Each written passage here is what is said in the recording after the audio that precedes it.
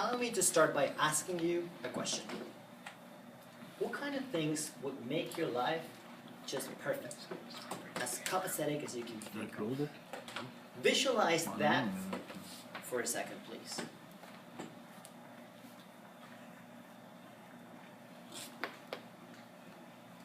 Mr. Toastmaster, fellow Toastmasters, and most welcome guests. We all want what feels good. We all want to have a carefree life in which we fall in love, we have amazing sex, amazing relationships, where we look good, we have the money, we're popular, and people like us, maybe even admire us. So if you're thinking about things like, well, I just want to be happy, I want to feel fulfilled, I want to have great family, great friends, I want to do the things that I love, and I want to have enough money to buy the things that I want. There's absolutely nothing wrong with that answer. It's very, very common. In fact, it's just so common, you wouldn't really say anything particular about yourself. Now that's not necessarily a problem. However, if you do practice visualization and you're only thinking about all those positive things that you want to attract, I'm going to argue today that you actually may be hindering the chances of success, of achieving those goals. Maybe there's a different kind of question that you can ask. You ready? What kind of pain do I want to sustain? What?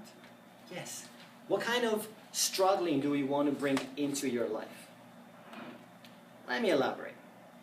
I was driving home the other day.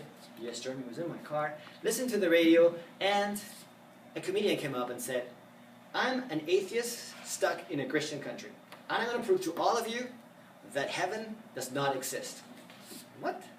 You got my attention. Continue. All right.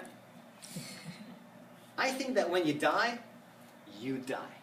But you think that when you die, you go to heaven where you experience joy for the rest of eternity. I hate to break it to you, but if you're experiencing nothing but joy, sooner or later, you're going to get really bored. And now you're stuck there forever. Well, whether that was a good joke or a bad joke, the point that I took was, you cannot have light without darkness.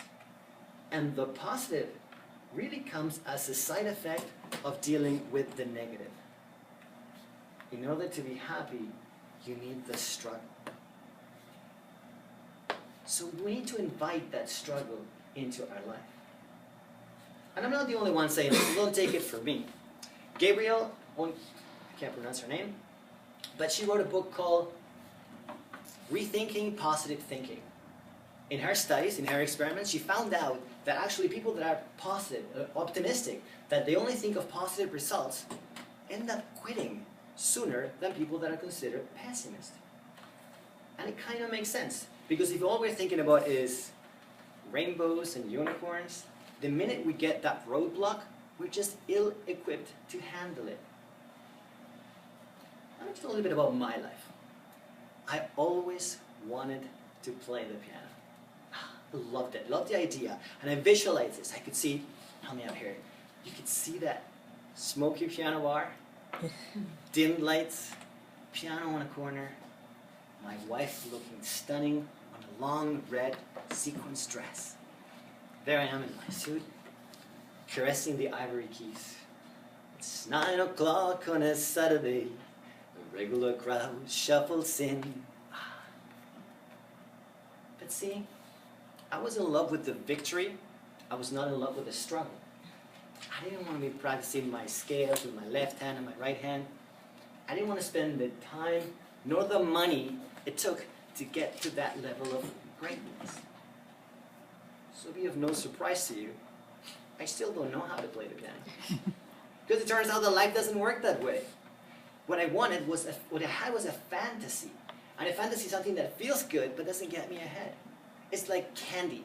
Tastes nice, but there's no substance to it. If you want to achieve real results, you have to also want the cost. Yes, You said that right. You have to want the cost associated with it. So fellow Toastmasters, what are some of your fantasies? And what are some of your real wants? Because if you really want that beach body, you have to want the sweat. You have to want the aching muscles. You have to want the hunger pangs. If you want to have that financial freedom, you have to want the risk. You have to want the repeated failures. You have to want those long hours of working without knowing if you're going to be successful or not. If you want to find love and that soulmate, you have to want that uncomfortable feeling of rejection. You have to be willing to put in that, not just willing, you have to want that sexual tension that will not get released and stare at that phone that may just not ring. But that's okay, because without that struggle, there is no victory. Let me put it another way. Struggle is the secret ingredient for victory to taste as good as it can. So let me conclude by restating. You will not get far in life, you will not get real results by just picturing everything that feels good. Instead, ask yourself this question. What kind of pain do you want to sustain? The quality of your negative experiences and how you handle them will determine the quality of your life. Dealing positively with this negative experience is just basically dealing with life. So, fellow Toastmasters, allow me to ask you a question.